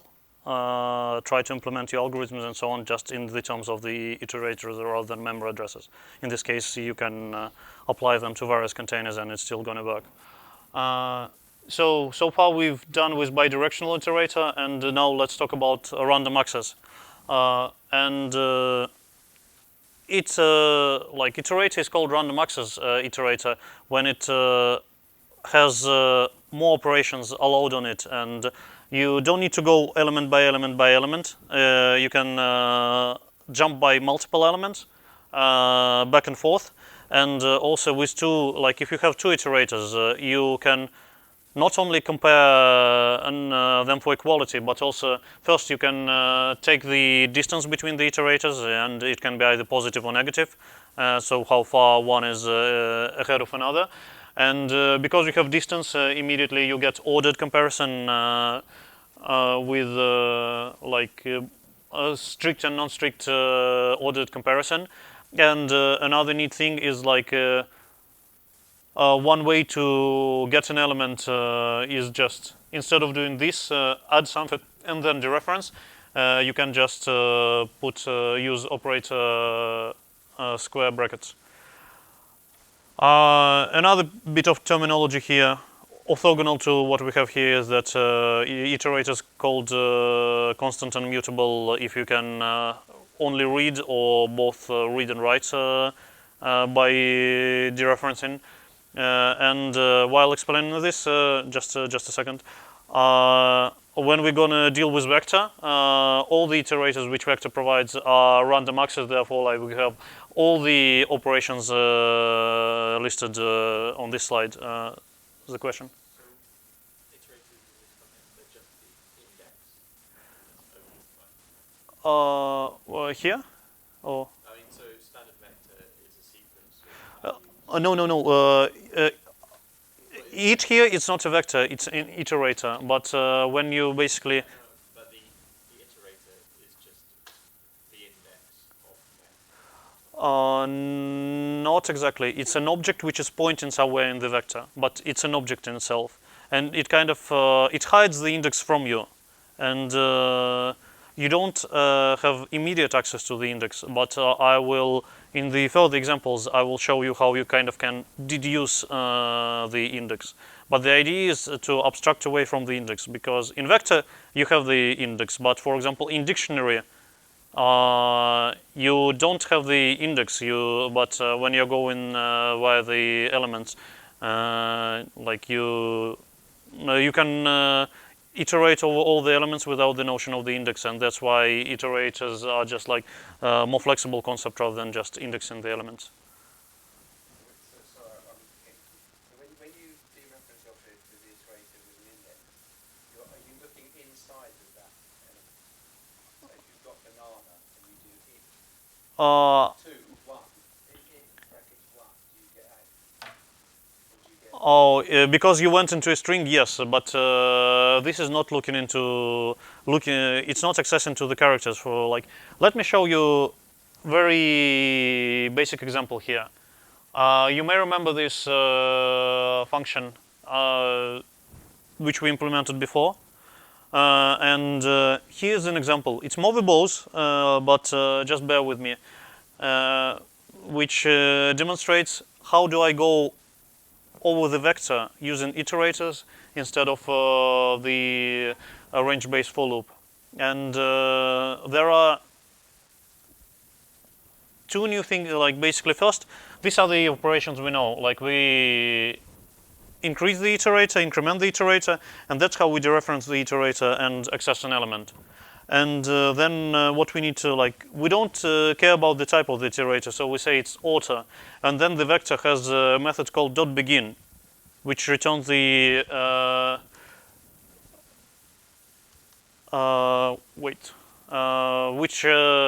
.begin returns an element pointing here, an iterator pointing here to the first element. And then we've got an iterator. So we declare the iterator, we assign .begin to it. And we're gonna increment it until it becomes equal to dot end. Important bit about end iterator. It's looking past the last element.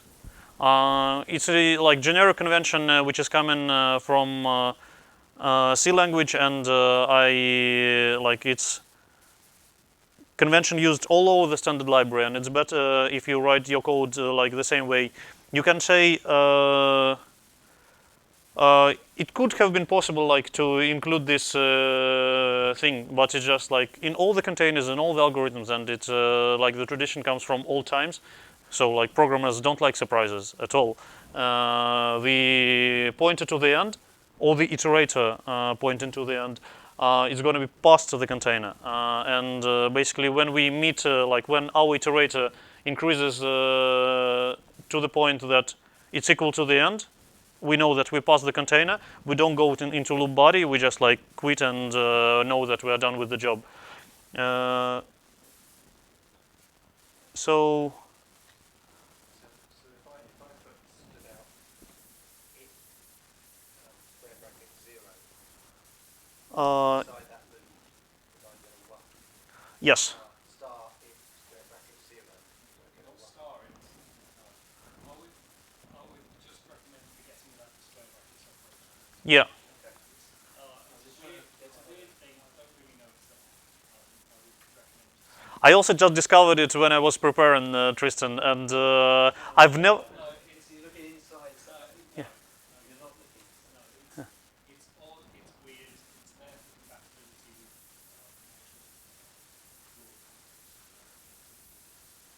I would just pretend it. That's a good idea. Because like in my 10 years of experience, I never used it, and Does you can accomplish in other ways. So if you find the notion that it's only if this is for random access it.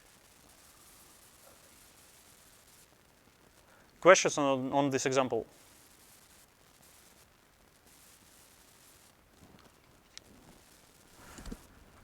And how are we doing on time? Let's see how far can we get in another 15 minutes. So another thing to mention about vector is I showed you dot begin and dot end, which give you iterators. There are other flavors of iterators, constant iterators. For example, just here, we don't care about modifying the elements, we're only reading them. So like I'm asking, we can ask for C begin and C end. C is short for constant, and therefore we get a constant iterator which doesn't allow the element to be modified. It's just like expressing your intention clearer. Another tricky thing is R begin and R end. I don't have an image, but the neat thing is that R begin will be pointing here, but when you increment it, it will be going boom, boom, boom in this order, and R end will be pointing here. So you can go over your vector in reverse order. Doesn't make any difference here. May be beneficial in other cases. Also, like it's a nice way to reverse a vector.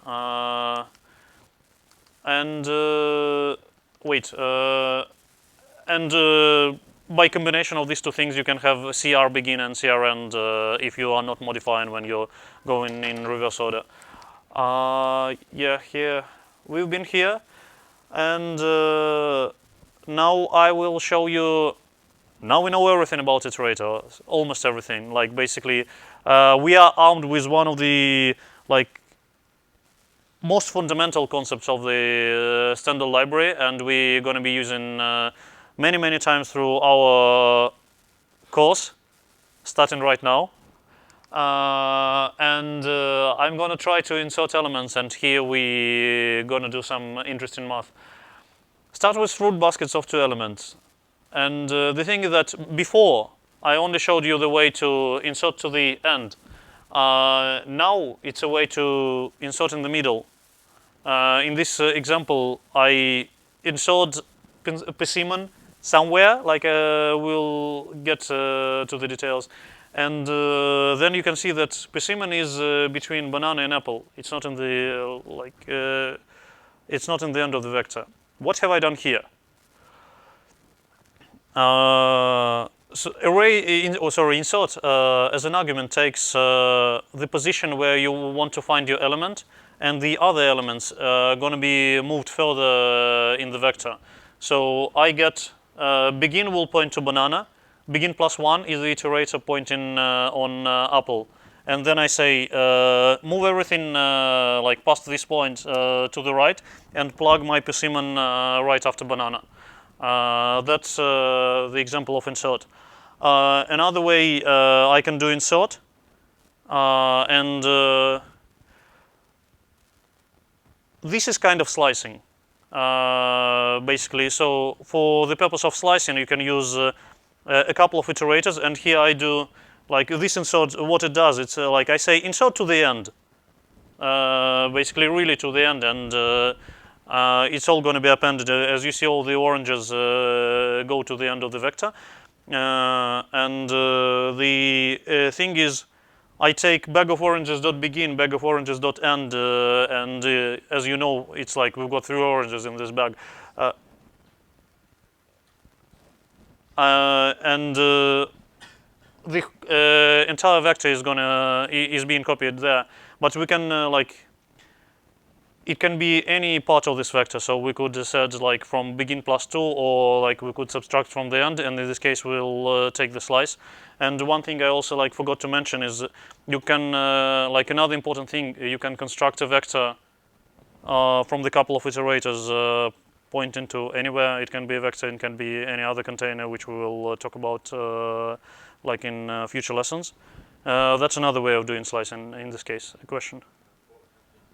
Instead of bag of oranges there, you use fruit basket again. So fruit basket to insert fruit basket. Would you get some kind of conversion? Well, this is like, I think, Something good would happen. yeah, I think it's going to be undefined behavior. You might get away with it, but you probably won't. Because you might want to splice the vector. I mean, obviously, isn't the right way to do it. You Mm-hmm. want to splice the vector to get 2 copies. Mm-hmm. You might think that would be a way of doing it, but I guess it's not. It would be better to use like it would be just safer to use an intermediate vector, I would say.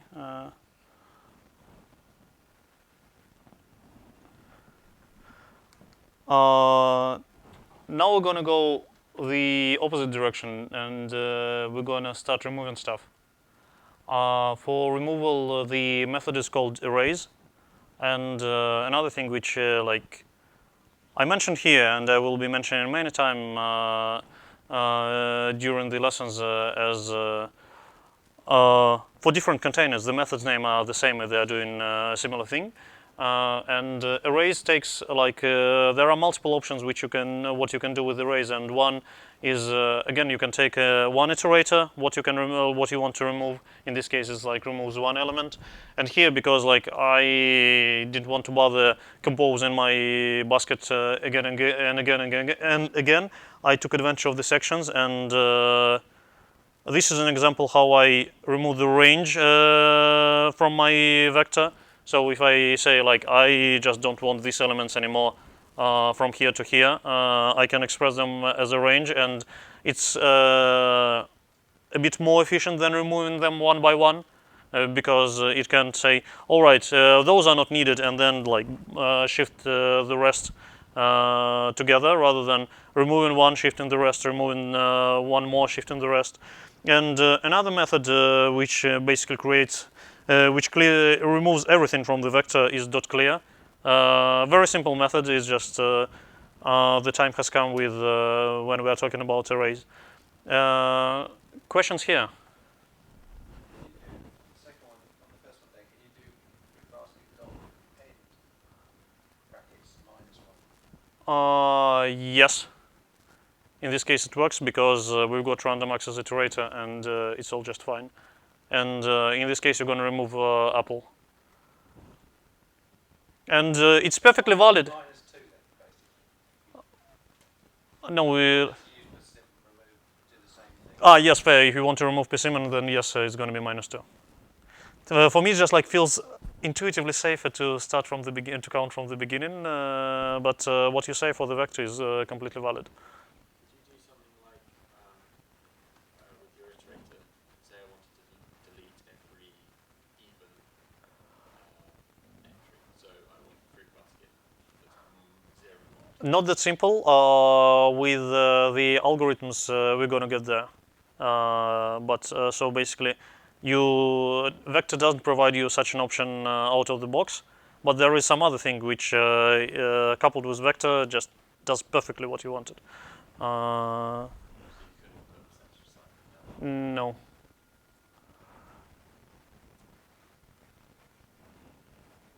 have to be very careful doing that. If you wanted to try that in a loop, you have long. I'm really gonna get that's how we're gonna end the lesson. You're feeling it. So basically, my next example. You said it.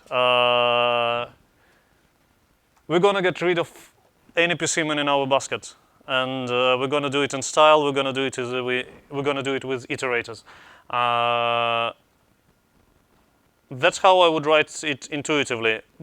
Iterate over the vector from begin to end, and erase anything what looks like a persimmon. And yeah, that's the case. Like we got the basket with few persimmons. I expect to get this. Really bad example, really dangerous thing. Like who sees the problem? I'm gonna explain it, but who sees the problem? Only a few hands. And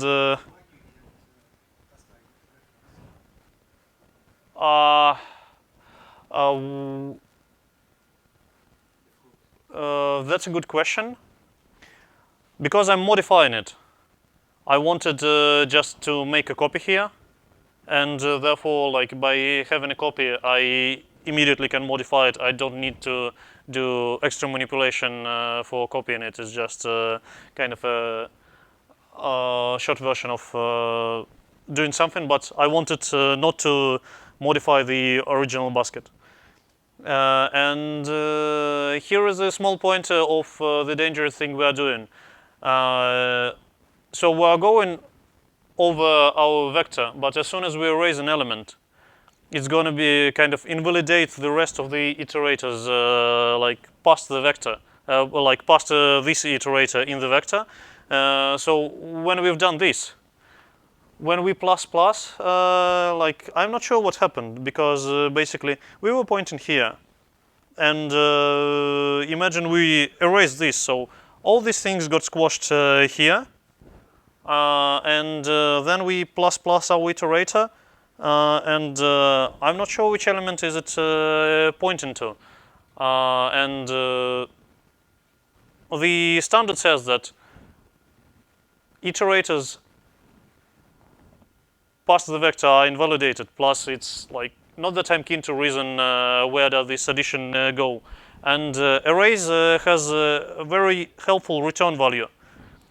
So when we erase something, it returns an iterator to the next element immediately after the erasure.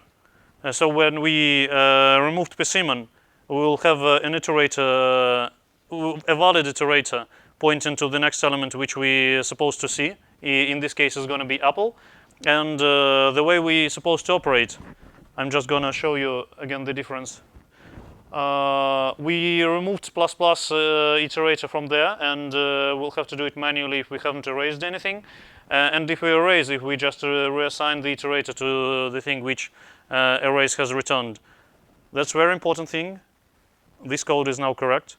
No undefined behavior, no crashes, nothing behaves as expected. And the thing which I wanted to demonstrate, when you are modifying your container in such a way that its size is modified, be mindful of it and be mindful of iterator invalidation. Like there is no like easy pattern how to remember is it dangerous or not, and therefore like usually what I do, I'm changing something regarding the size. Therefore, like I'm gonna see and check if the method which I'm using, like actually, like what does it invalidate, and in case of vector. Pushback and popback, they're changing the side in certain arrays are likely, resize is likely. Clear will invalidate everything, like everything, all the iterators you which were pointing something have nothing to point to, and anything else basically be mindful of. And surprisingly, it concludes the lesson, and we're perfectly on time. Yeah, so you talked about before about methods like CVD and CF. If you were using CF on the to get the iterator, will it give an exception? Here or? In the for. No, it's not like it will not. Wait.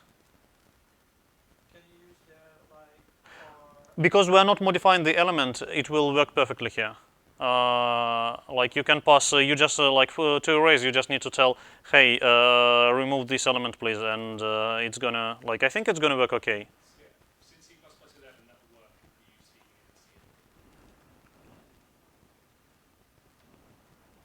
CF. If the vector was constant there, for example, then we've got a problem of modifying it anyhow. But iterators will work fine.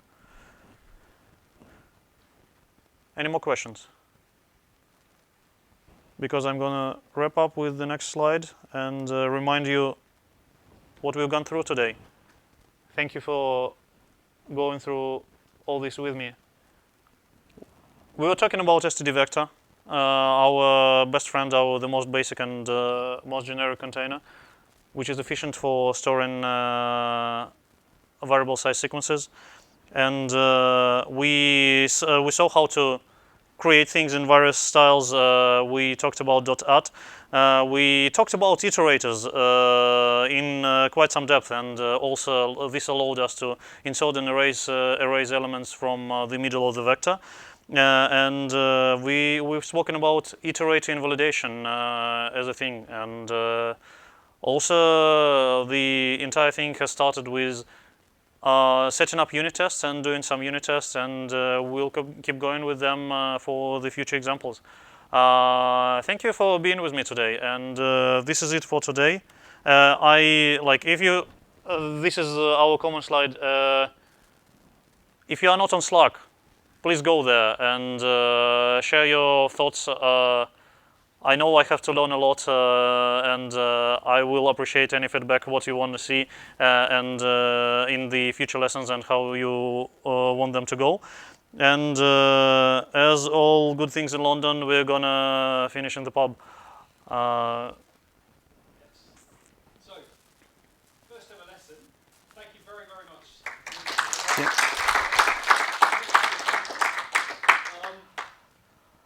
We have 5 minutes to go. Let me just